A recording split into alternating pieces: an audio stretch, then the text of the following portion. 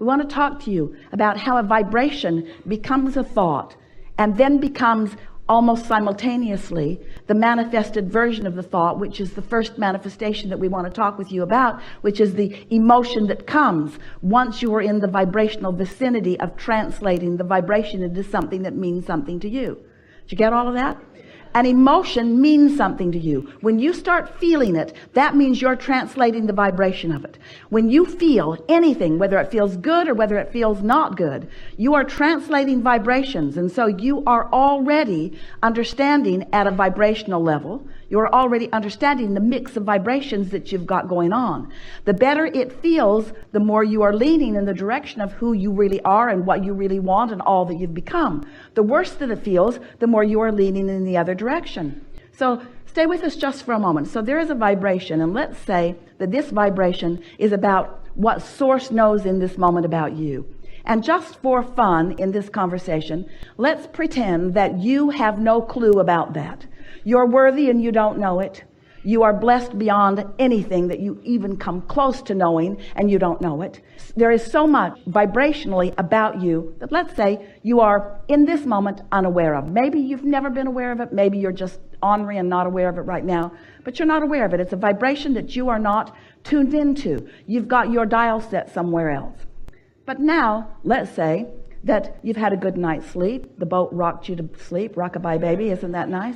So you slept really good. You woke up feeling good. So now, just for fun, let's talk about you being in a good mood. You're in a good mood because you've not been focused upon anything that's put you in a bad mood. And so now, this vibration that you were not perceiving earlier, now you have a better opportunity to perceive it. And so now a thought occurs to you. Now that thought is that vibration moving, evolving toward the full manifestation that you want. And as the idea occurs to you, you are the perceiver of the vibration. Sort of see how that works? And then you have a feeling response to that thought. Feels like a good idea, feels like an interesting idea, feels like something that you want. So that is the vibration being perceived by you. So unless you do something to change the momentum of this vibration will become stronger. It will become more, which means it will become more discernible by you, provided you stay on the vibrational wavelength of it. So let's say you've meditated for a while. Let's say you've quieted your mind. Let's say you've quieted your mind so you've stopped thought, which means you've stopped all resistant thought. So you are right up to speed with the vibration of the Source within you. So now, as Source knows something, you know it too, just for a moment. You catch that glimpse of it.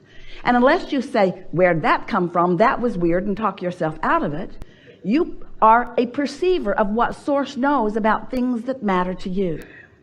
And so, if you don't do anything to add resistance to the equation that is happening because of what you're focused upon, law of attraction will cause that thought to become more. But the more important thing that is happening is you are becoming a more sensitive translator of that thought, until that thought, that vibration, which then became a thought, which then you translated into emotion, now begins to translate into rendezvous with others. It translates into stronger ideas that flow forth from your own mind. It translates into other people that you're meeting. It begins to translate into the full blossoming of anything and everything you want. There is nothing that exists in your desire that you cannot fully manifest. Nothing.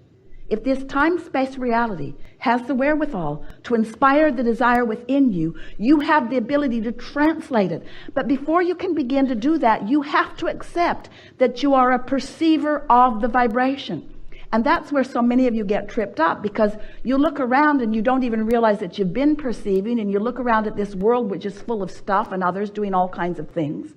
And so you think it is more tangible than it is, and you think it's more about action than it is.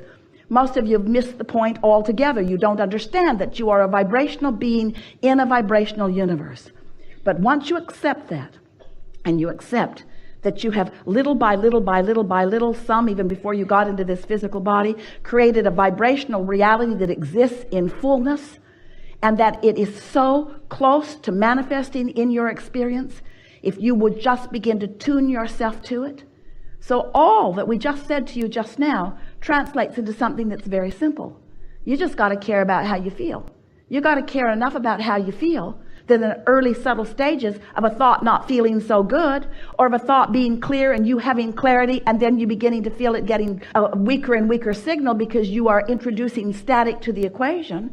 Once you begin to accept that everything in this universe is vibrational and is ordered by this law of attraction, once you understand that and you begin to think and feel deliberately, now you can take a small idea almost as soon as it occurs to you, and you can foster it by focusing on it with the intent of feeling good as you do. And you can watch it blossom right before your eyes into things that most people would call magical. It isn't magical. It is just a conscious, deliberate utilization of the laws of the universe and the guidance system that you were born with in order to hold yourself in a vibrational frequency pattern enough that you can begin to perceive as you are meant to perceive, you see. And the thing about this is, don't worry that you will begin to create things that others can't see, because they will gain enough momentum that everyone will see them. And then you will be standing in that crowd of those who are the receivers of things that you want, with so many standing outside of that crowd who are receiving everything they want, beginning to assign all kinds of bogus reasons to your success. They'll say that you were lucky. No, you weren't. You were focused. They will say that you must have been born under the right star. Well, everyone was. They'll say that you must have been good in a past life. Irrelevant, but true. You all were. They'll say you were a freak of nature, that all good things come to you. But they will be wrong. It's the freak that isn't allowing all good things to come. You are vibrational beings who live in a vibrational universe. And we think that it's time for you to accept your vibrational nature and learn to use the tool, the emotional guidance tool that you were born with, that lets you tune yourself deliberately to the frequency that allows you to perceive the life that you want to live, you see. It's so fun to live on purpose. And while so many people are doing all right, living by default, because there's enough good stuff around to observe, to hope for, and to dream for, most of all, what we desire for you is the freedom that comes only when you gain control of your own vibration. That's the freedom that you want. The freedom to feel as good as you mean to feel, no matter what's going on anywhere around you, you see. So, almost everyone is offering their vibration in response to what they are observing. Almost everyone is living a rather conditional love experience. And we want to say to you that in most cases, you are looking for love in all the wrong places, because where it is in the harmonics between you and you. The relationship that you must foster, the relationship that you were born knowing about, is the relationship between the source and you here in your physical body, between that inner being part of you. Some refer it to you as your soul. We call it your inner being, but it is that source energy. It's that expanded version of you that has been expanding even today with different things that you've been thinking about and experiencing. So as you are seeking relationship with that relationship first, if the relationship between you and who you really are is primary to you, if feeling good matters most to you, then everything else will fall into place.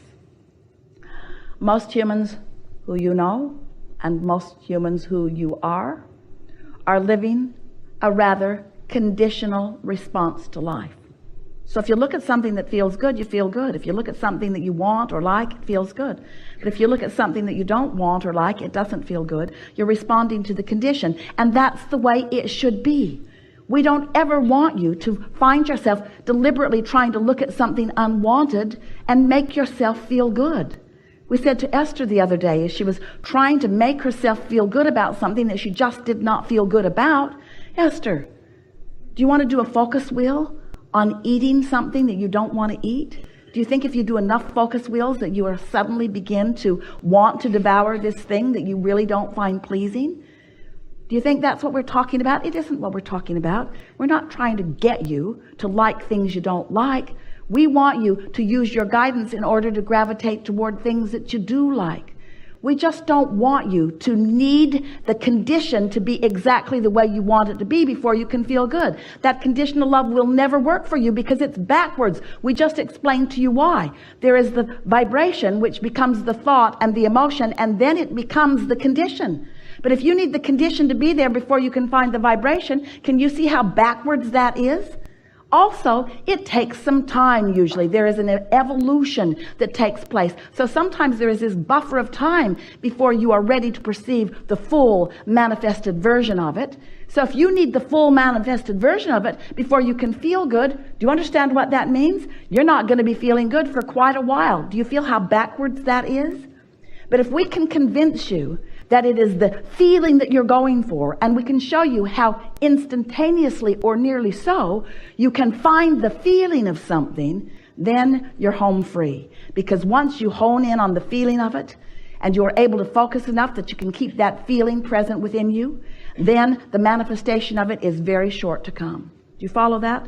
That's the best explanation of why you're wanting to focus upon the thought of it and find the emotion of it. Our physical friends, that's you, don't really like this conversation very much usually because you want to translate it into this. Oh, Abraham, you just want us to feel good about not having that thing we want. And we say, yes, it's true. We do. We want you to focus upon the essence of it and find the vibrational essence of it and find the pleasure from the vibrational essence of it because we know what's coming next. And also, we think it's nice to feel good now, don't you? And anyway, can you think of anything that you want, whether it's a relationship or a material object, a circumstance or an event, a pile of money? Can you think of anything that you want that is for any other reason other than you think you will feel better or feel good in the having of it?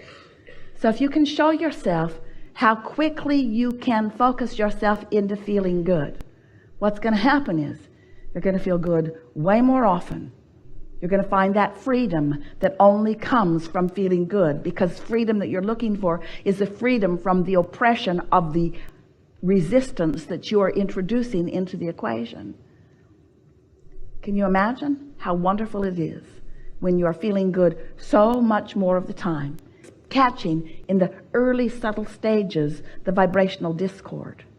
And then can you imagine the momentum that ensues as the details of the life that you've been carving out begin to flow into manifested, perceived experience by you? Those who are watching from the outside of this knowledge will say to you, what magic beans have you been swallowing? I just barely heard you begin talking about that, and already it is something that is fully manifested in your experience. And while they may not understand as you explain to them, you may want to say to them, I stopped worrying about having the thing I didn't have, and I started finding the feeling of why I wanted it. And as I focused upon the feeling of it, it was as if I had it. And then before I turned around, there it was.